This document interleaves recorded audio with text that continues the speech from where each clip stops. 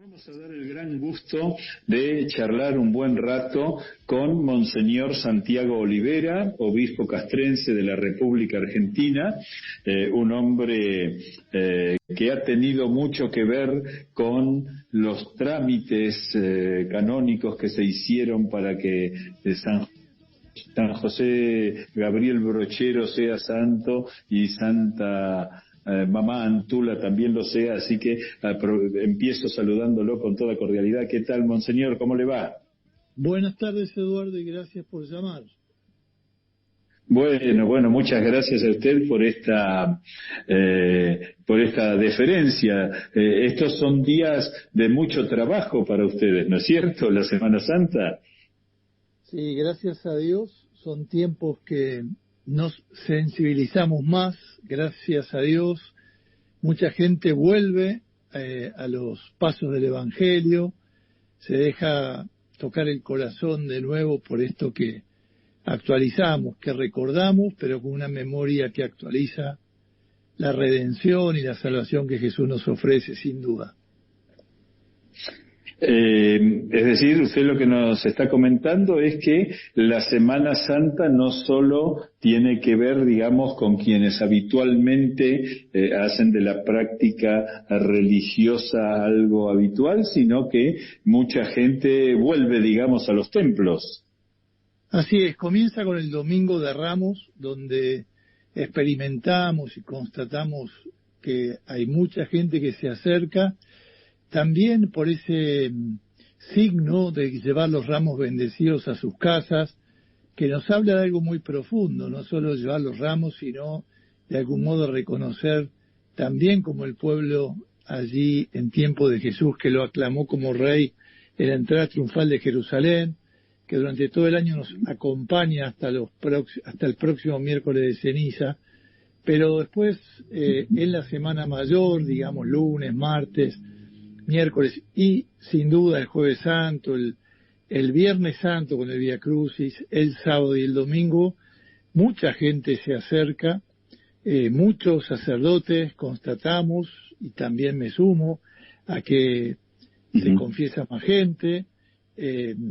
Son momentos muy de gracia que solo Dios los mide, pero creo que hay una vuelta importante a Dios. Ayer, por ejemplo, donde yo celebré la Eucaristía el Jueves Santo, en la zona allí en Luján castrense, en la zona Belgrano, todos los jóvenes hacen lo que se llama la Pascua, ¿no?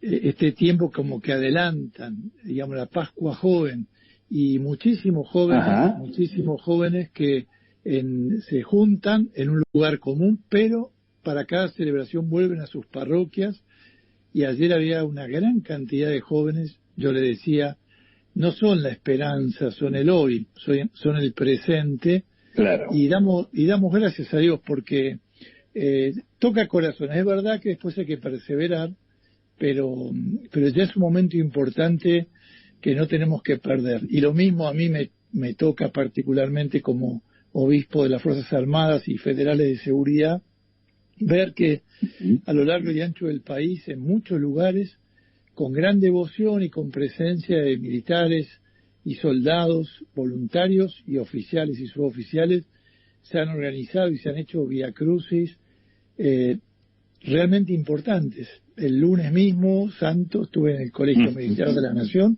y realmente renueva la esperanza ver a los cadetes animados por el capellán, pero con otros capellanes que confesaban, y yo tengo esperanza en esta nueva Semana Santa. Bien, yo quiero hacerle una pregunta para profundizar en la idea de la Pascua, que tiene que ver con que he escuchado algunas discusiones, incluso he participado en alguna, vinculada a la historicidad de la Pascua, ¿no es cierto? Es decir, muchas veces se digamos, alude al fenómeno religioso en general como una cuestión casi de superchería, de creencia vaga en algo que no tiene sustento, pero me gustaría preguntarle si, digamos, sobre la historicidad de la Pascua, ¿no? Porque incluso el otro día en una discusión me impactó mucho, bueno, al fin y al cabo ni siquiera se sabe si Cristo existió. ¿Qué podríamos charlar sobre eso? Sí, por lo pronto me arrodillo frente a un historiador y usted lo sabrá explicar mucho más que yo, no. pero sin duda que Cristo existió, que Cristo era... ¿Hola? Sí, lo escucho. Sí. Perdón, pensé que se cortaba. Que Cristo existió... Se lo escucha bien. Que Cristo celebró la Pascua también en esa última cena, la Pascua judía. La existencia de Jesús no cabe duda. Nosotros le damos, podríamos decir, y esto en el misterio de la fe, pero que se constata sin lugar a dudas en su resurrección, pero no en su vida terrena, en su existencia y en su muerte. Después, sin duda, podemos escuchar que los que creemos en la resurrección somos felices porque el mismo Jesús lo ha dicho. No felices los que sin ver creen. Y después nos basamos en el testimonio de las mujeres en primer lugar, de los discípulos y de tantos que lo han visto en este cuerpo glorioso resucitado. Pero la existencia terrena de Jesús no cabe duda. En aquellos lugares santos, en aquella tierra, el Señor nació y vivió y murió por nosotros, por cada uno. Y ahí quiero preguntarle también sobre, digamos, la secuencia de los hechos, ¿no? La llegada de Jesús a Jerusalén, luego esa última cena que tiene que ver con algo que a veces pasa desapercibido porque, sobre todo los cristianos, tomamos como el inicio, digamos, desde Cristo de nuestra religión, pero si algo tiene valor en ese día es que Jesús, digamos, cumple con los ritos que corresponden a la fe judía, ¿no? Eso a mí siempre, cuando me di cuenta de eso, me pareció significativo, porque es el mismo Dios que da ejemplo de que hay que cumplir con los rituales de la propia religión, ¿no? Sin lugar a dudas, eso ya también la Sagrada Familia lo manifestó varias veces, ¿no? El rito de la presentación del niño en el templo, la purificación de la Virgen, eran respetuosos de la ley que ellos vivían y de la fe que profesaban. El mismo Jesús, quiere vivir la Pascua con sus hermanos, con la Pascua judía, la actualiza. Él celebra, digamos, aquello que recordamos en el Éxodo, que recordamos que es aquello que debe ser perpetuo y realizado, la liberación del pueblo de Dios de la esclavitud en Egipto, y que debe ser perpetuamente recordado y que es maravilloso en nuestros hermanos mayores en la fe, que son los judíos, cuando celebran, y este año coincidimos con el Pesaj, y también es un acontecimiento muy importante. Dios que pasa por la vida y pasa redimiendo con esa sangre del Cordero en las puertas, y redime o salva a aquellos que tenían las puertas con los dinteles marcados. Y Jesús, como buen judío, sin duda, celebra la Pascua con sus discípulos, pero en esa Pascua él realiza lo que podríamos llamar la alianza nueva, la alianza antigua, la antigua alianza de un Dios que es Dios de su pueblo y un pueblo que tiene a Dios como Dios. Jesucristo lo actualiza y nos dice este misterio de que tomen y coman, esto es mi cuerpo y esta es mi sangre, y hagan esto en memoria mía. Recordamos sin lugar a dudas la actualización de ese entregarse de Jesús, pero también ese mandato que, así como en la antigua alianza decíamos que se celebre estos ritos a perpetuidad, también Jesús lo realiza. El Jueves Santo es para nosotros nuestra fundación, porque funda la Eucaristía, ese pan y ese vino, que ya no es pan y vino, sino cuerpo y sangre del mismo Jesús, pero también instituye a aquellos que van a hacer posible que eso perpetuamente pueda de modo incruento celebrarse, que es la Eucaristía, y los sacerdotes. Y también, si no fuera correcto, maravilloso, el Jueves Santo tenemos el mandato de la caridad con ese gesto suyo del lavatorio de los pies. Ahí algo que es interesante destacar tiene que ver con que, el sentido del ritual, ¿no? Porque cuando uno sigue las ceremonias, a mí en particular, siempre lo litúrgico me ha fascinado de alguna manera, esa repetición, porque hay una repetición, una conmemoración del pasado, sin embargo, se genera como un hecho novedoso, ¿no? Esa paradoja permanente que el cristianismo ha traído a la humanidad en el sentido de que, algo es pasado pero es presente y es futuro, sobre todo, la gran paradoja que es la muerte de Dios para salvar a la humanidad, ¿no? Es un mensaje que sigue teniendo una gran vigencia, y viendo lo que pasa en el mundo, es como que hay casi una obligación de seguir mostrando que ese camino está por hacer y no fue hecho, que no es pasado, ¿no? Totalmente, ese es el gran misterio de nuestra fe. Este misterio que yo siempre le digo a los sacerdotes cuando celebramos nuestras misas, que recordamos al sacerdocio, los Jueves Santos, o en la misa crismal, nosotros lo hacemos presente a Jesús, pero no porque esté ausente. Porque veo que uno puede decir, yo no voy a ir a un lugar, pero mando a este que me represente. Sí. Yo estoy ausente. En la Eucaristía se produce ese gran misterio, también el sacramento de la reconciliación. Es el presente, nosotros lo representamos, pero presente Jesús, porque decimos yo te absuelvo, o tomen y coman, esto es mi sangre, no actúo yo en ausencia de Jesús, Jesús está presente. Y después cuando consagramos, este es el misterio de nuestra fe, lo sabemos cuando rezamos frente al sagrario, no es algo de una memoria que solo recuerda de un modo nostálgico lo que pasó, sino es una memoria que actualiza el misterio. Y esto es sin duda maravilloso, y esto es lo central de nuestra fe. Por eso también sabemos que Jesús está vivo, y esa es nuestra fe más fundante, y lo que tenemos que hacer siempre, el esfuerzo de hacer conciencia en nuestra vida que Dios está, ¿no? Cuando Él se encarnó, es el Emmanuel, el Dios con nosotros, ese Dios con nosotros es un eterno presente de Dios que nunca debemos olvidar. Y también se me ocurre preguntarle, para quienes nos están escuchando, estamos charlando con Monseñor Santiago Olivera. Me gustaría preguntarle, porque cuando la modernidad llegó al extremo de negar, en el caso cuando se hizo la Constitución Europea, la que dio lugar a la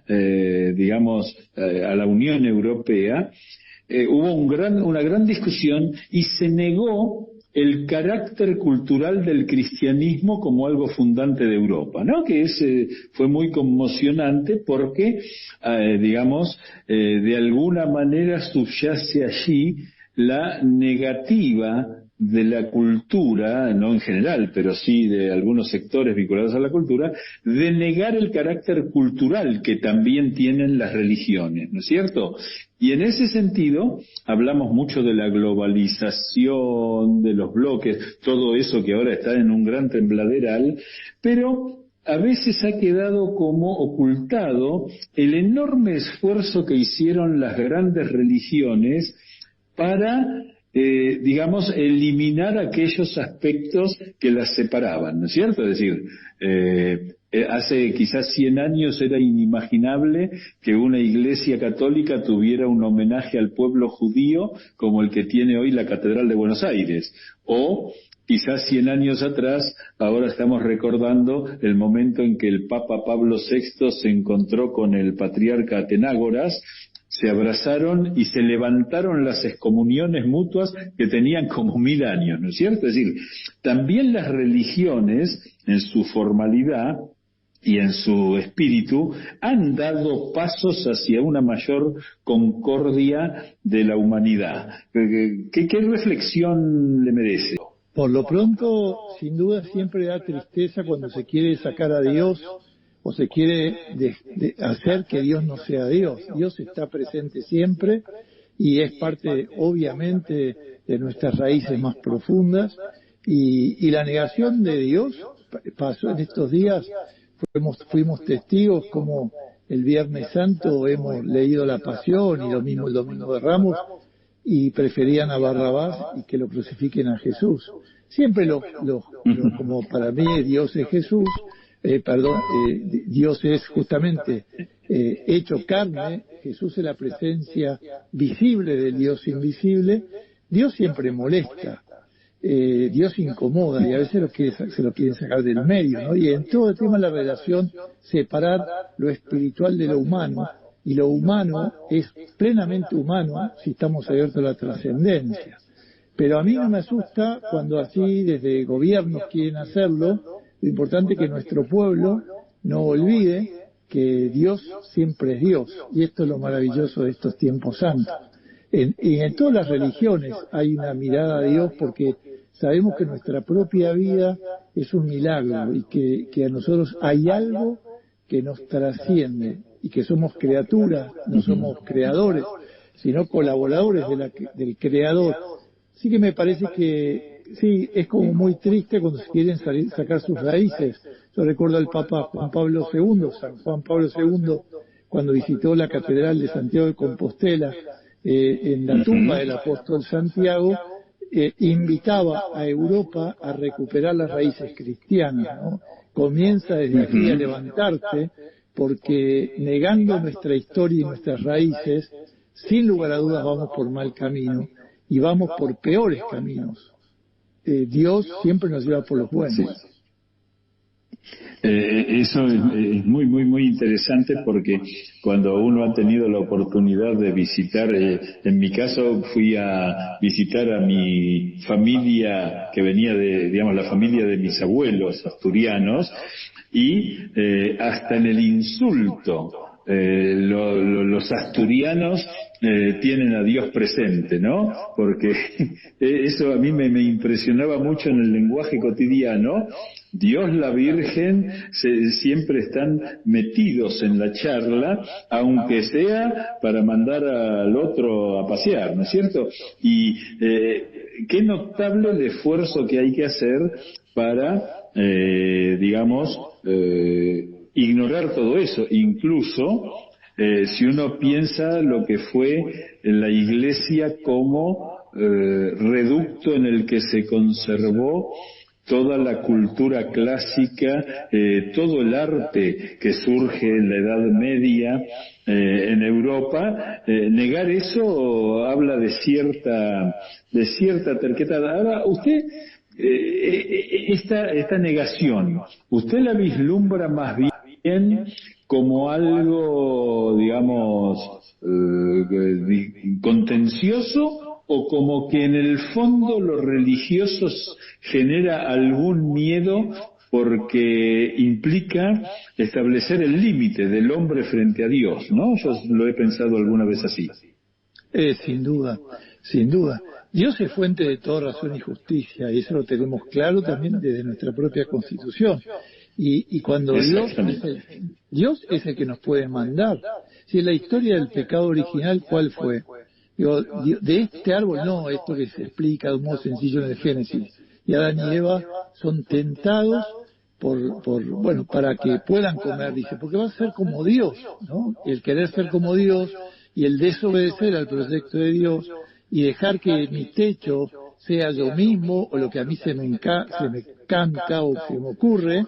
Dios sin duda es la presencia del límite, pero a veces es la triste imagen de Dios, ¿no? Si tenemos que predicar y tenemos que recuperar a un Dios cercano, a un Dios Padre que nos reveló Jesús, a un Dios que nos espera, que nos abraza, que sacará lo bueno y mejor de cada uno, no lo contrario.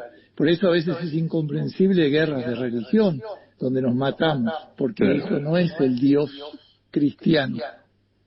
El Dios es el Dios del amor, es el Dios de la paz, es el Dios que nos eleva y que nos dignifica, porque nosotros fuimos hechos a imagen y semejanza de Dios. Pasa que el pecado desfiguró esa imagen y a veces nos apartamos o no lo conocemos o no lo entendemos. Pero cuando queremos sacar a Dios del medio, es que queremos nosotros convertirnos en vara y en autoritarios humanos que dicen lo que es bueno o lo que no lo es. Y ya viniendo un poco más a nuestra realidad concreta, ¿cómo, digamos, evidentemente la Iglesia Argentina está teniendo un cambio significativo porque, digamos, el Papa Francisco ha nombrado muchos obispos en los últimos tiempos. De pronto tenemos un arzobispo bastante joven en Buenos Aires, con la peculiaridad de que no fue hecho cardenal todavía, y digamos, ¿cómo ve la realidad de la Iglesia desde la jerarquía, pero no solo para la jerarquía, en estos tiempos en los cuales algo que llama poderosamente la atención es que, por un lado, si los obispos hablan de la pobreza o los curas hablan de la pobreza, eso genera incomodidad, pero a la vez nadie está dispuesto a hablar de la pobreza, que, esto es una opinión personal, sin duda es el problema más grave que tiene el país, más allá de todos los otros problemas que también tenemos que enfrentar. Pero una ruta que haya que pavimentar no tiene la importancia de un chico que no tiene para comer, ¿no es cierto? ¿Cómo ve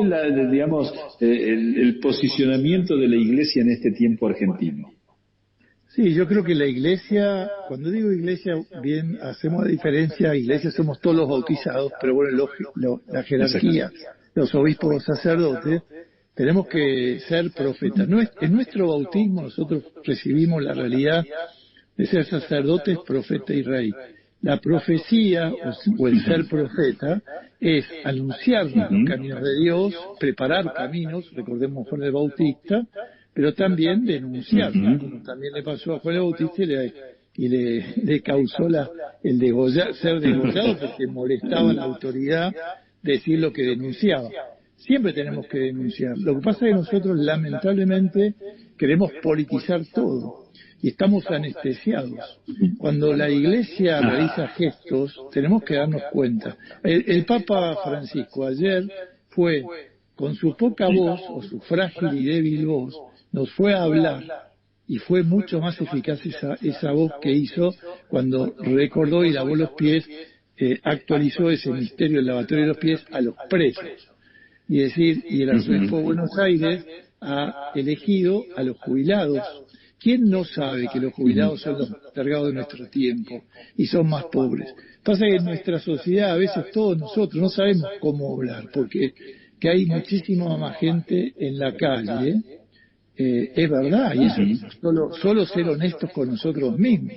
Entonces no tenemos que enojar con quien dice o denuncia o recuerda o llama la atención sobre una realidad que estamos viviendo, ¿no? Después, sin igual a dudas, los niños más pobres, los que no llegan a fin de mes, los que están desnutridos, tantas cosas que todavía tenemos que embarcar. El sacerdote o el profeta o el obispo estamos llamados a anunciar, a decir, tengamos cuidado, no vayamos por aquí. Lo que pasa es que en nuestra patria, también supongo que en otros lugares, pero en nuestra patria intentamos todo politizar y ensuciar en el barro de la tierra o de la política y no detenernos. ¿Qué nos está diciendo? ¿Esto es así o no es así?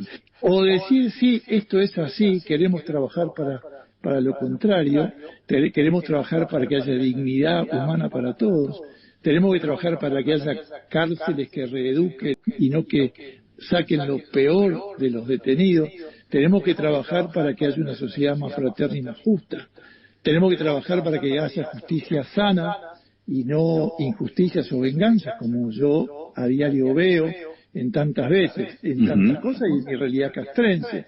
Yo digo, me parece que no tenemos que desanimarnos, que todavía tenemos mucho por hacer Y la Iglesia está dispuesta, como lo estamos, porque nuestros obispos en estos tiempos hablamos más, hemos estado más callados en otros tiempos, y hablamos y denunciamos, pero no para pelear, sino para ayudar a hacer una vida más digna. Porque también la Iglesia denuncia, pero acompaña en los comedores, visita a los enfermos. En estos días santos, todos nosotros visitamos enfermos, vamos a las casas, vamos a los hospitales de un modo más presente. No abarcamos todo, claro que no, pero tratamos de estar más cerca. ¿Qué sería sin la Iglesia, sin las hermanitas que están en los hospitales, sin los religiosos que están cerca de los más pobres? Esto es maravilloso, que tenemos que agradecer. Y yo no veo que siempre se valore o se agradezca, pero en el mundo del dolor, ahí estamos, ahí está la Iglesia. En ese sentido, digamos, a mí me ocurre cuando participo de reuniones entre periodistas, entre intelectuales, el núcleo de gente con el cual uno trabaja cotidianamente. A mí me llama mucho la atención la incomodidad que plantea hablar de la pobreza, ¿no? Y cuando muchas veces uno escucha críticas al Papa Francisco, usted lo conoce mucho al Papa, me causa gracia porque todo lo que dice el Papa se lo intenta meter, bueno, lo que dicen los obispos también, se lo intenta meter en un código político partidario, ¿no? Entonces, llega a tal extremo esa politización que usted ha remarcado, que cuando el Papa o el Obispo hace algo distinto a lo que yo espero que haga porque lo tengo, digamos, encuadrado en esa visión política, entonces ignoro lo que hace. Es algo que yo lo vivo, no digo cotidianamente, pero una vez por semana siempre me encuentro con algún episodio así. ¿Usted cree que, digamos, yo recuerdo una vieja frase del general Roca que le preguntaron cómo vivía la vida política y él dijo que el día que la Argentina funcionaba mucho mejor de noche porque los argentinos dormían y no hacían política, ¿no? Entonces, ¿cómo llegamos a una vida política y social más amable con nosotros mismos? Porque esto lo ha dicho hasta el presidente del Uruguay, el expresidente del Uruguay, Mujica. ¿Por qué no se quieren más los argentinos? ¿Qué es lo que usted vislumbra que nos puede estar pasando? ¿Es el reflejo del pasado? ¿Es no poder admitir la realidad del presente? ¿Cuál sería la pista que nos puede sugerir en ese sentido? Yo creo que las dos cosas que usted acaba de decir nos puede pasar, sin duda. Pero a veces cuando uno quiere desacreditar la voz del otro, que ya le pasaba a Jesucristo, y eso es para no hacernos cargo. Pero me parece que el Santo Padre, o a veces los obispos que denuncian la realidad o ponen el acento en tal o cual aspecto, a veces hay una tendencia en querer politizar o en querer partidizar o en querer poner aquí o allá. Argentina está hecho así entre Boca River o Independiente Racing, ¿no? O unitarios y federales, me parece que rojo y azul, uno podría decir nuestra historia siempre estamos enfrentados, ¿no? Y la verdad que me parece que tenemos que, el gran aporte nacional, yo rezo mucho por eso, sería no vivir estas desacreditaciones, insultos, peleas, y a veces uno quiere a la gente individualmente y te duele cuando sin embargo se matan y se insultan y se dicen cosas terribles, y esto no tiene, es como si nada pasara. Después la gente puede ser, porque la gente después sanciona cuando es así. No podemos seguir haciendo un viral de violencia, ¿no? Me parece que todos tenemos que corregirnos, y hemos visto, para hablar de hoy, pero de elecciones pasadas, en internas y demás, que se han dicho de todo como si fueran enemigos. Después vemos que la vida hoy están como si fueran íntimos. Entonces me parece que el lenguaje, la pelea, el insulto, tenemos que callarnos de eso, no tenemos que hacerlo como un modo de vida a los argentinos, que está común en nosotros, pero el respeto, yo le decía ayer a un grupo de personas, el amor al enemigo, eso es evangélico profundo, y el amor al enemigo no significa que no tengo enemigos, porque Jesús podría haber dicho, ustedes los cristianos, los que me siguen, no pueden tener enemigos. Sin embargo, Jesús dijo, ame a sus enemigos. Yo siempre les digo, usted tiene enemigos y téngalo al enemigo, porque Jesús dice, hay que amarlo. O sea, hay que amar a los enemigos, no que no los tenemos. Podemos tener enemigos. Yo puedo tener enemigos o que no me quieran, o que me difamen, o que digan cosas que no son así. Yo tengo que amarlos, no tengo que llenarme de odio, ni de bronca, ni devolver el mal por el mal. Lo evangélico es amar a todos, es amar siempre, es amar al modo de Jesús. Jesús amó a todos y por todos murió en la cruz. Y Dios hace llover sobre buenos y malos. En la medida que encarnemos de verdad el Evangelio, va a haber una patria más fraterna y más hermana. Pero acá estamos siempre matándonos, entre comillas, matándonos entre hermanos. Y esto que dice Uruguay es verdad, o que decía Roca, que estamos durmiendo mejor, somos mejores. El Papa mismo hace ese chiste que Argentina es maravillosa, lástima que estamos nosotros. Digo, los argentinos somos muy peculiares, muy particulares. Y ahí, yendo al Papa Francisco, ¿no? Y en este tiempo pascual, que es un tiempo de paradojas, como veníamos charlando, aparece el Papa que la ha pasado muy mal de salud, digamos, después de la internación empezamos a conocer episodios que lo tuvieron cerca a la muerte. El Papa hace un ejercicio que para mí tiene un reflejo en el mundo muy, muy, muy potente, que es la de un liderazgo desde la debilidad. Es decir, en general, los liderazgos políticos, sociales, económicos en el mundo hacen un ejercicio permanente de fuerza, de potencia, de estar siempre en la cumbre. Es decir, de hecho, quienes gobiernan, quienes manejan grandes corporaciones, mostrar algún tipo de debilidad es casi como un pecado mortal. Para mí, en lo que está haciendo el Papa, de exhibir casi diríamos su propia debilidad, esa entrada en San Pedro vestido con una suerte de poncho y que al Papa se le vieran los pantalones negros y eso quedara fotografiado, forma parte de un ejercicio del poder sumamente interesante, porque el Papa sigue siendo el Papa.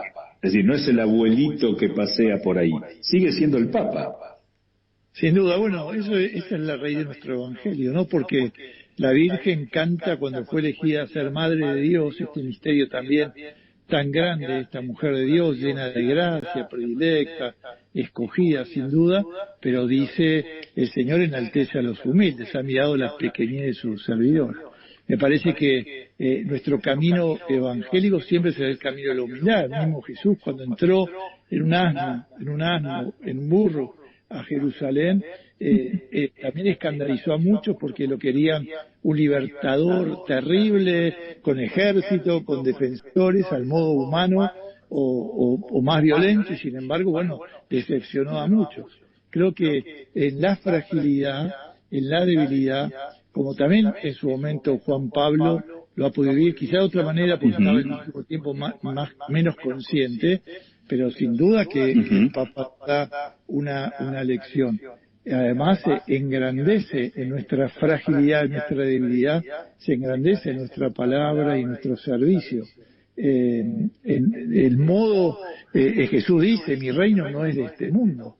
Usted dice, los modos de reinar, digamos, los reyes de la tierra, las autoridades de la tierra, es de otro modo. El modo del reinado cristiano es del servicio, es de la opacidad en el sentido de querer que no sobresalir uno, sino presentar a quien representamos.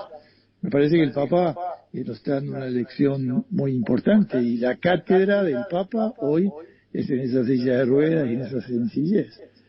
Eso es lo grande de nuestra fe. Sí, sí.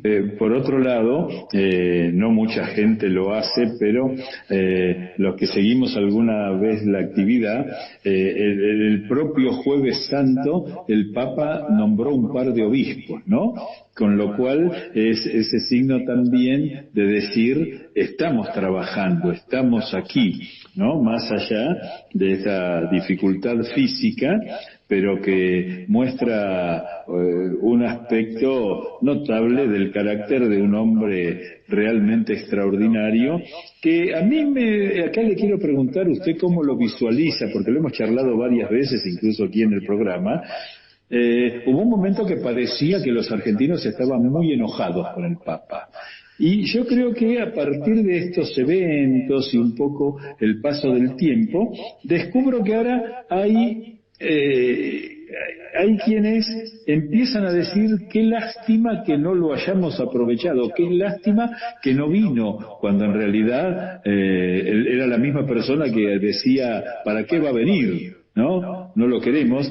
Es muy interesante cómo los caminos de Dios entre los hombres nos permiten incluso ver estas cosas. Pensemos que el Papa es el quinto pontífice más anciano de la historia, ¿no? De lo cual no es poco.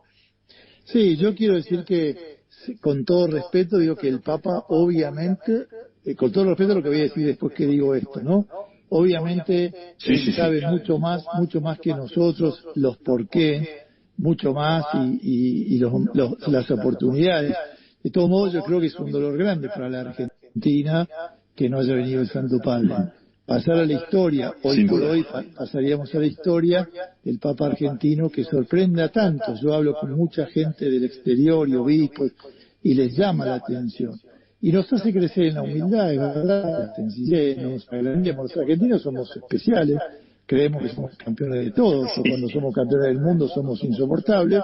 Y bueno, el Papa sabe por qué nos quiso dar esa lección y él sabrá de verdad los motivos. Yo creo que hubiera sido muy bueno que estuviera entre nosotros, el pueblo lo espera. Ahora yo creo que así como mucha gente estaba enojada, y también yo creo que con razón, porque no haya venido, porque no haya estado, o porque algunas cosas parecía que se metía en nuestra frágil, pobre y triste historia argentina actual, en tantas cosas.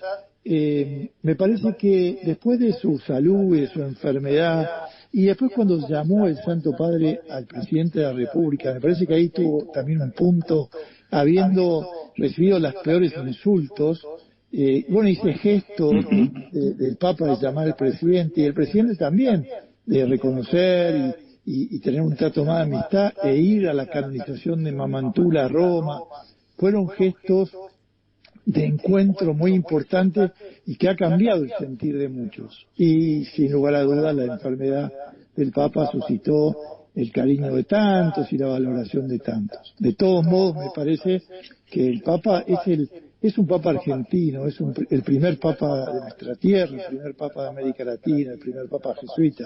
Es un Papa que ha hecho historia y que la seguirá haciendo, y seguiremos gozando de su palabra, de sus pensamientos, por mucho tiempo en la historia de la Iglesia, sin lugar a dudas. Pero bueno, a veces las mezquindades, o cuando le pasaba a Jesucristo, decía, pero ¿cómo va a ser este Redentor? ¿Cómo va a ser este Jesús si es el hijo del carpintero? Si vive entre nosotros, si estaba cerca. Digo, me parece que trascender esa figura. Y el Papa se encarga un poco de mostrar eso también, ¿no? Que el Papa es el Papa, la figura, pero Bergoglio es Bergoglio. Y también lo es una representación más allá de la persona de Jorge Bergoglio. El Papa tiene una figura que trasciende, y después vendrá otro Papa, y vendrá otro Papa. Esta es la maravilla de la Iglesia, y esto es la certeza de que el Espíritu Santo la conduce y la guía, no solo con miradas humanas, sino que obra maravillas, porque está asistido por el Espíritu, y esto nos consta, y además lo creemos, y él lo vive así, él se siente, sin lugar a dudas, cercano, blindado por el Espíritu Santo. Pero bueno, no sé si dije mucha palabra, pero dicho esto, yo comparto con tanta gente que está dolida. Me hubiera gustado que haya venido como a tantos, pero él sabe más, Y bueno, pasaremos a la historia por hoy, quizá venga otro día, porque no está cerrada la vida, pero bueno, hasta hoy Sí, sí. a mí me da pena que no tengamos un papa que haya venido a Argentina. Hace poquito celebrábamos segundo aniversario, un 37 aniversario de que el Papa Juan Pablo II vino a nuestra patria entre el 6 y el 12 de abril, Exactamente. y ya había venido en junio del 82 y nos llena de gozo y de alegría. Pero bueno, así ha pasado, no ha venido Uruguay y Argentina, Dios dirá y Dios sabe, y nosotros tenemos que decir amén, confiar en esa presencia de Dios, y todo es para nuestro bien. Lo importante es que descubramos no el por qué, sino el para qué. Bueno, querido padre Monseñor Santiago Olivera, le quiero pedir si nos hace si nos bendice a todos y a nuestros oyentes fundamentalmente, a la gente que trabaja en la radio, con motivo de esta Pascua, para despedirnos. Con muchísimo gusto, gracias también por llamar, y me parece que hay que recuperar los católicos valientes que puedan manifestar su fe sin temor. Estos días santos nos habla de esto. Pedro fue cobarde, lo negó, pero después, bueno, pudo decirle al Señor que lo quería por 3 veces cuando resucitó. Que podamos, a mí me alegra mucho cuando veo a algunos católicos que lo dicen con valentía, con claridad, con verdad, que no es decir soy perfecto, quiero serlo, pero soy católico con orgullo, con gozo, con alegría, que esta bendición que recibimos en este día santo, en este sábado que nos está acercando a actualizar el misterio de la Pascua, que la alegría de la Pascua, la alegría nos cale hondo y podamos descubrir que a pesar de cualquier situación adversa, Dios está con nosotros, Cristo resucitó y la vida tiene sentido, tiene hondura y hay esperanza del cielo. Que la bendición de Dios, que es Padre, Hijo y Espíritu Santo, descienda sobre cada uno de los que nos están escuchando, también de sus familiares y amigos, y permanezca para siempre. Amén. Muchísimas gracias, felices Pascuas, Monseñor Olivera, y nos estamos viendo pronto. Y gracias a ustedes, gracias por llamar, Eduardo, y bendiciones. Gracias.